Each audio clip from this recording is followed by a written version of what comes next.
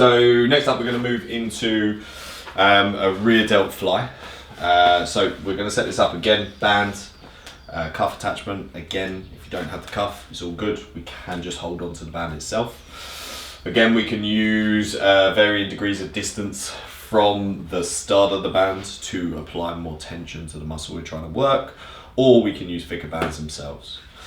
Now I'm going to get Harriet to fix into position. And we're basically just trying to pull this back into the rear delts, which are going to be acting this way.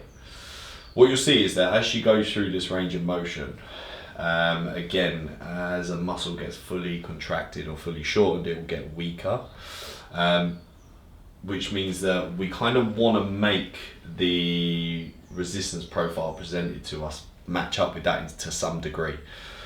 Which means that we want this, which will represent like a line of force coming from this movement, to get closer to the joint axis that we're using, which in this scenario is the shoulder, as we go through the movement. So you'll see as we come back through the movement, the line of force gets closer. Now the reason I say that is because if we was to move our body this way slightly and go through the movement again, you see the way Harriet's now really struggling when she gets into that shortened position, because this gets incredibly difficult.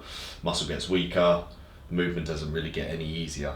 Okay, so just make sure that simple things like the alignment of your body is best suited to the exercise. And what we do is we'll just stay talking for another minute or two and just see if Harriet